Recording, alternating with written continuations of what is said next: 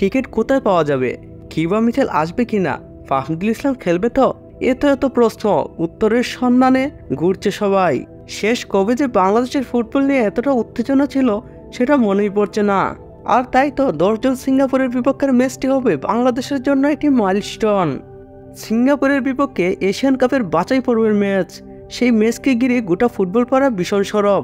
Bangladesh football ফেডারেশনকে আলাদা করে সংবাদ সম্মেলন করে জানাতে হচ্ছে টিকিট কোথায় ও কিভাবে পাওয়া যাবে।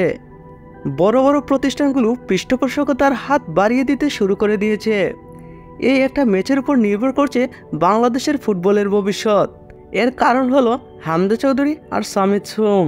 শুধু হামজা চৌধুরীর অন্তর্ভুক্তিতে বাংলাদেশ ফুটবল দলটা কতটা শক্তিশালী হয়েছে সেটা প্রমাণ হয়েছে ভারতের বিপক্ষের ম্যাচেই।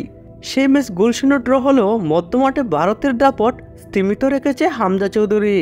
আর ভারতের সুনীল ছেত্রীকে তো সারা ম্যাচ পকেটের মধ্যেই ভরে রেখেছিল হামজা চৌধুরী। দর্শক সমর্থকরা এখন ভালো খেলা উপভোগ করতে চায়, প্রিয় দলের জয় দেখতে চায়, গোলের আনন্দে বেসে যেতে চায়। হামজা চৌধুরী ইউরোপিয়ান ফুটবলের মঞ্চে বাংলাদেশকে বহন করছেন, অন্যদিকে কানাডিয়ান ফুটবল মঞ্চে বাংলাদেশকে বহন করছেন সামিদ সোম। এজন্যই তো সবকিছু মিলে আলোচনা হচ্ছে এত বেশি। এখন শুধু ফলাফলের পালা। হামজা সামিদ ফাহমিদুলের পায়ে ভর করেই কোটি সমর্থক আবারও দেখবে ফুটবলের পুনর্জাগরণ।